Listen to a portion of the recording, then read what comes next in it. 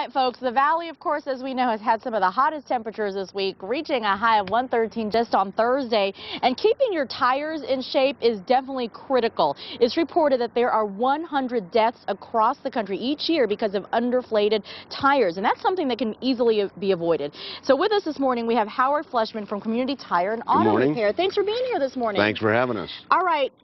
I was driving this morning into work saying, gosh, there's a lot of tire shreds out there. When we were invited to come this morning, I thought maybe I need to get some of our tires out, and I thought I'll just pick them up on the way in. So all of these tires that you see here, I picked up off the freeway on my way in. Wow. So, and you're seeing everything from, I mean, completely demolished tires to just leftover pieces. That's correct. That's correct. And, you know, it's called gator dodging. If you're driving down the road and you see these things laying on, it's all gator dodging.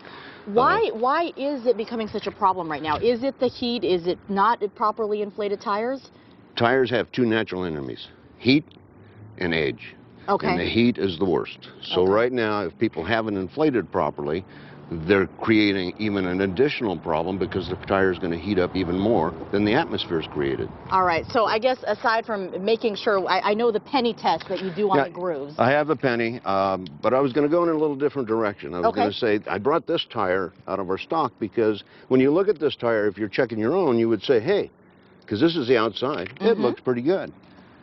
But when you get to the inside, which you can't see, so you need to go to a shop, have them put it up in a rack.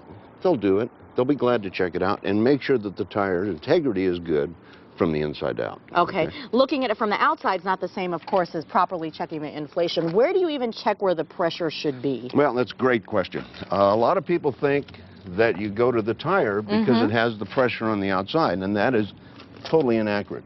I don't know if you can see that, but on here it says, I believe this tire can be maximum pressure of 50 pounds. Okay. Now that's maximum pressure. That's not what's supposed to be in this car. For your vehicle. Has nothing to do with this vehicle. So where do you go then to find that out? So you either go to the door placard, which will tell you what this vehicle should have, and it'll also tell you size ranges so you don't put the wrong size on, so on and so forth, and speed ratings. Or if it's not there, go to your owner's manual.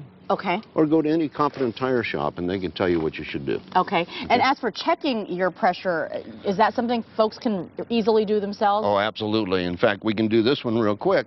And it's interesting. I checked this before I left because this holds 35 pounds. It'll be interesting to see what 15 miles did to the temperature, to the pressure.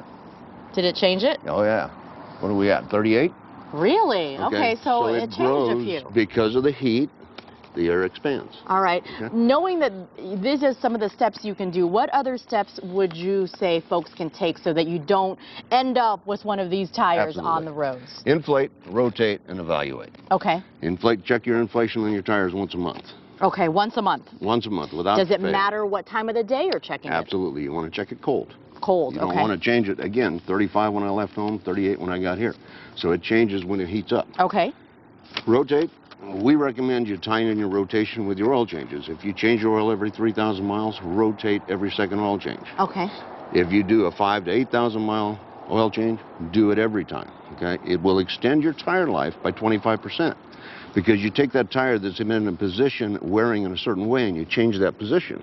Okay. So now it's going to wear differently. You're going to get an extra 25%. Okay. And then lastly, evaluate. What do you want to evaluate? Well, you want to look at your casing. You want to make sure your casing's got good integrity. You want to see if you've got any stress crack. The casing's good for about 6 years. So if you've had them on your car for 6 years, you need to be paying attention, okay? The casing will start to break down. Look for abrasions. You hit curbs. Even I have to admit I hit curbs occasionally. That becomes a problem later, not necessarily right when you hit the curb. Okay.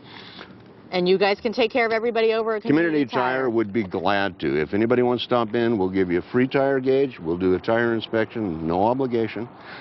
And many others will do it. But we'd like you to use Community Tire. Where are you guys located at? We have 4 stores in the Valley. 32nd in Greenway, 51st Avenue in Cactus, 24th in Buckeye, and 42nd in University.